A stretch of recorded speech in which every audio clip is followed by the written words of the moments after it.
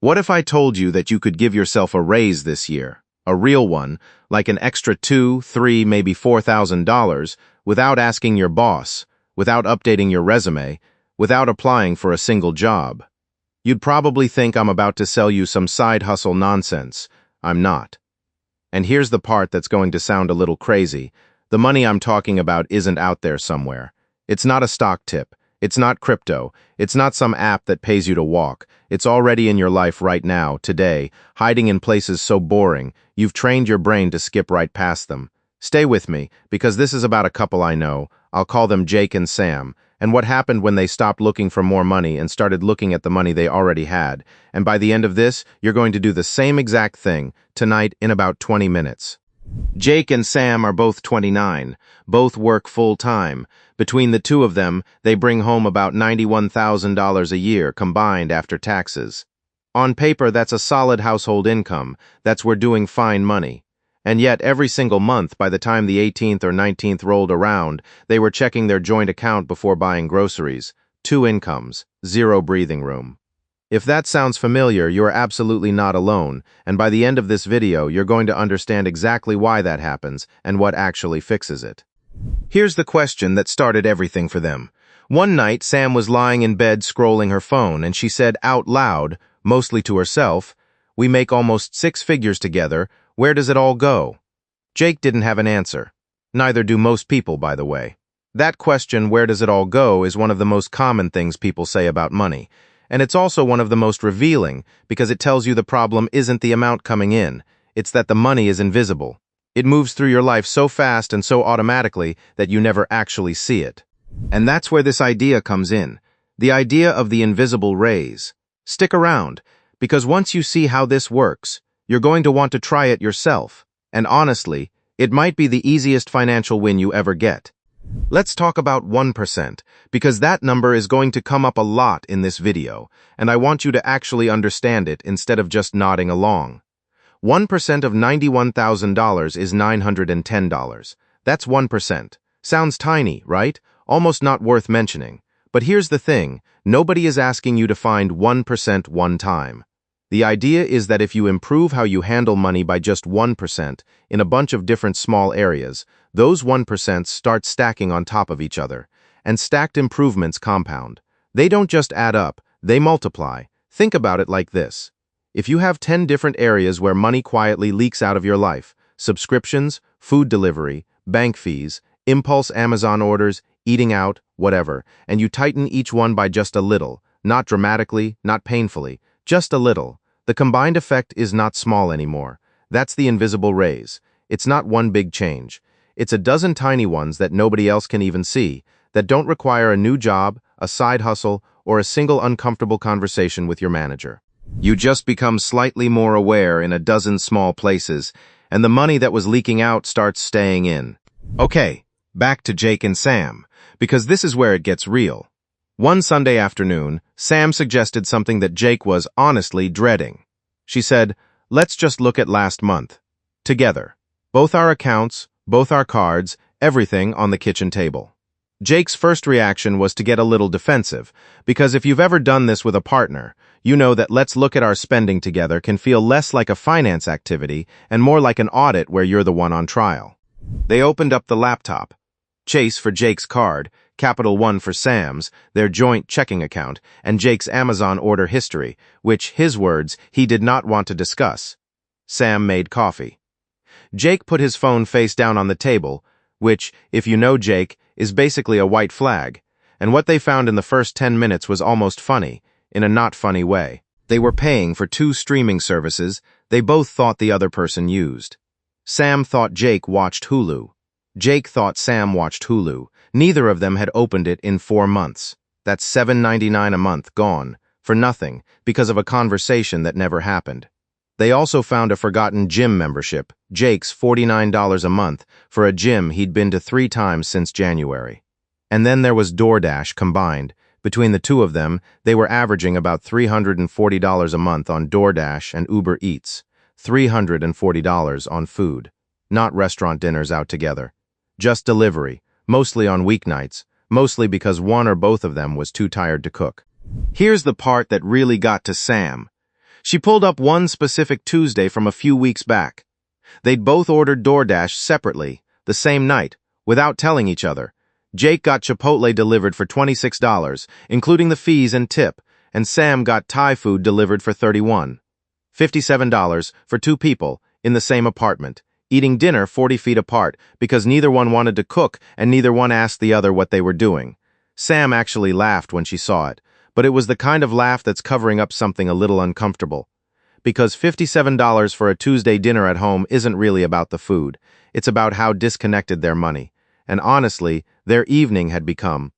Now, I want to pause here, because this is the part most videos skip. Looking at your spending with a partner is not just a money exercise. It can get tense, fast.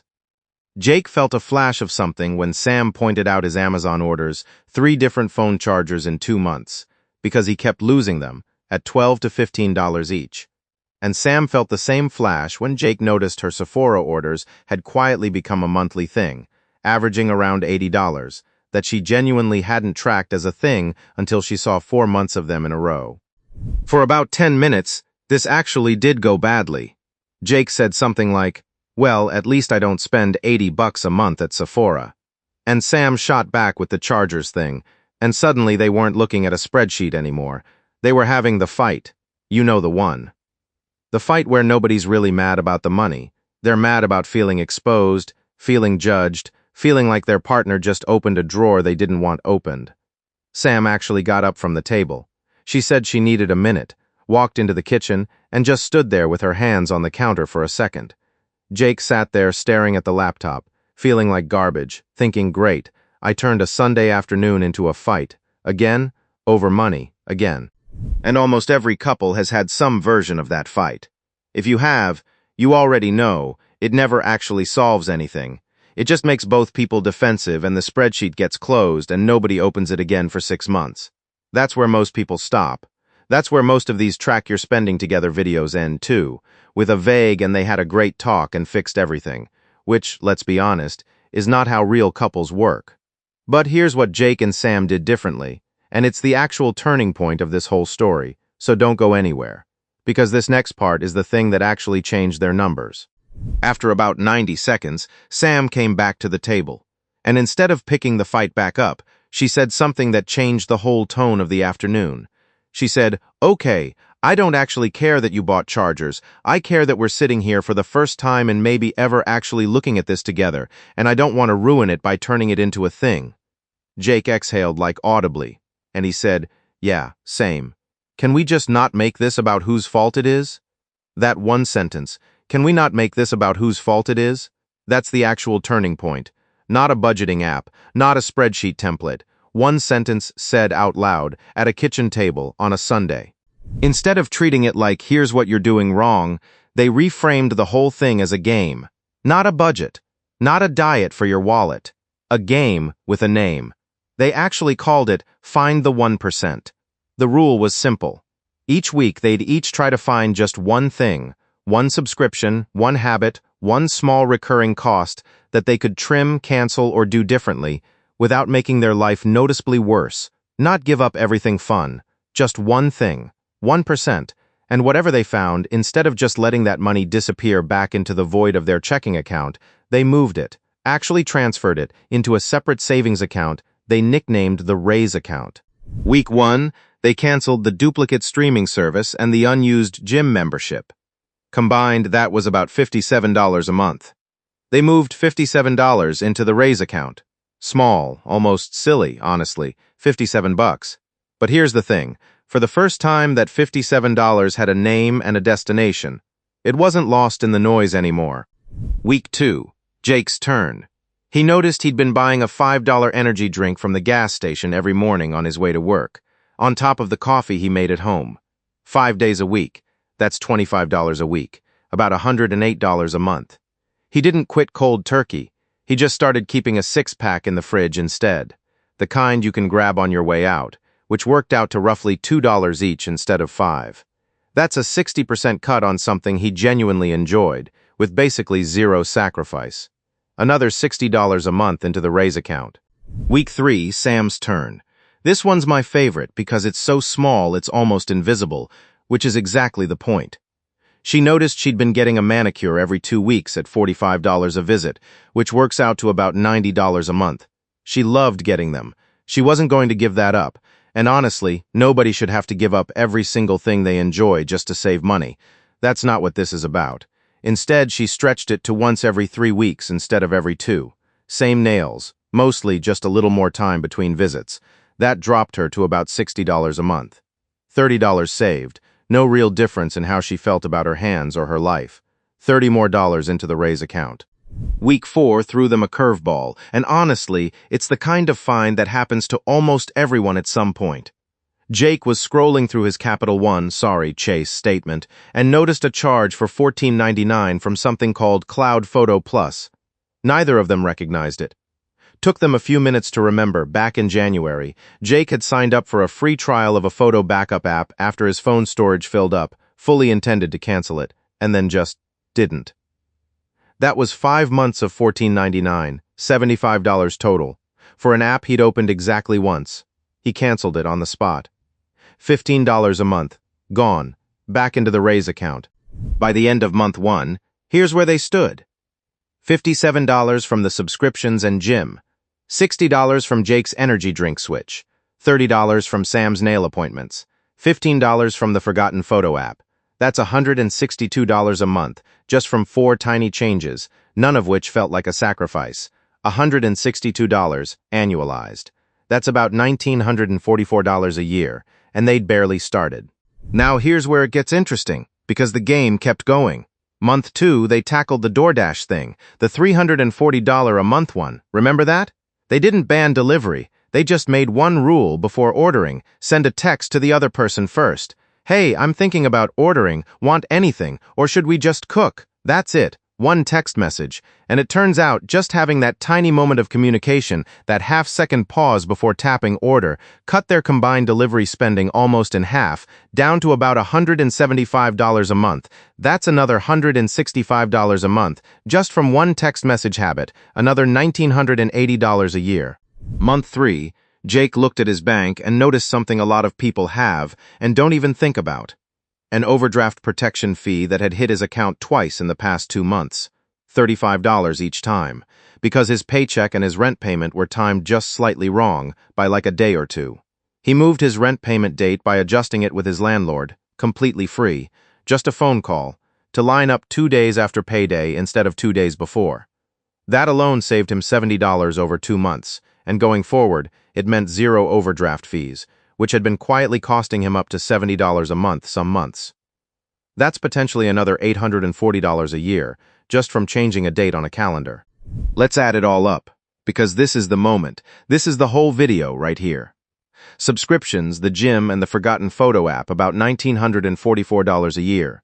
The energy drink swap, about $720 a year.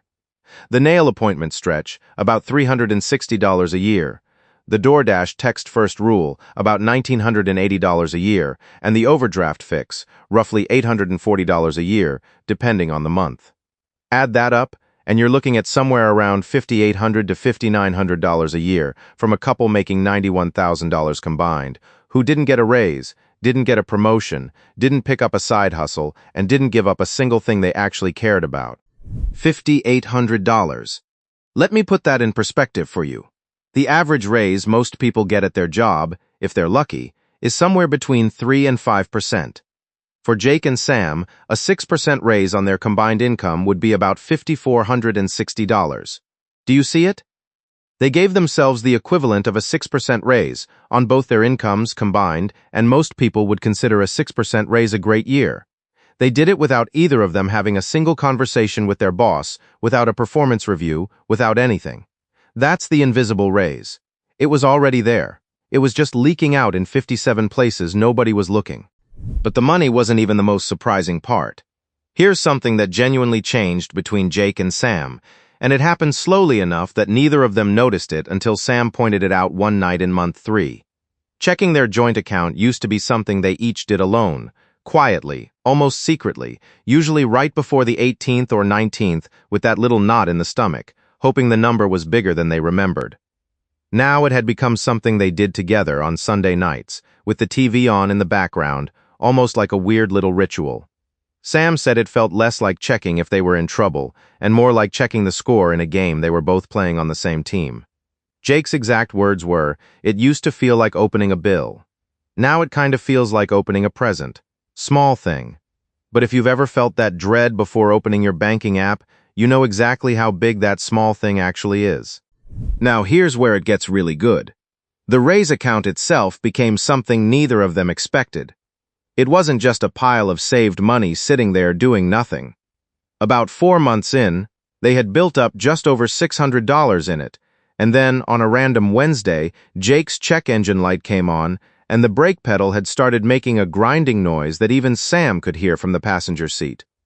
They took it to the shop, expecting the worst. The estimate came back at $820, new brake pads, rotors, and 2 tires that were below the legal tread depth. 6 months earlier, this is exactly the kind of moment that would have wrecked their whole month. That $820 would have gone straight onto Jake's Chase card at an interest rate north of 20%, and if they'd only been able to pay the minimum for a few months, which honestly, given how tight things were back then, is exactly what would have happened, that repair could have quietly cost them an extra $60, $70, even $80 in interest on top of the original bill, stretched out over half a year of minimum payments that barely touched the principal. Instead, they had $600 in the raise account, plus that month's extra $162 from the subscriptions and habits, plus the DoorDash savings that had already piled up. More than enough. They paid the whole $820 in cash, the same day. No interest, no stress, no 3 a.m., scrolling through the Chase app doing math in their head. Jake said it was the first time in years that a surprise expense didn't feel like a punch in the gut. Sam said the weirdest part was that it felt almost boring, like, "Oh, we just have the money for this? That's it?" That repair didn't cost them anything extra.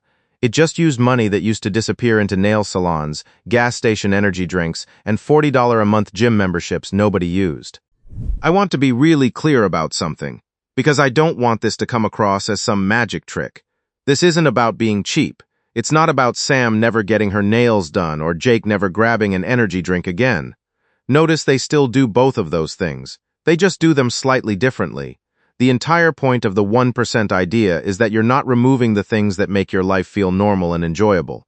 You're just paying a little more attention to how those things happen and redirecting the small gaps you find towards something that actually matters to you. So here's what I want you to do, and I genuinely think this is doable this week, not someday. Pick one thing, just one that you've been paying for or doing on autopilot, and ask yourself, can I do this at 99% instead of 100%? Not 0, 99. Can you go from 5 DoorDash orders a week to 4?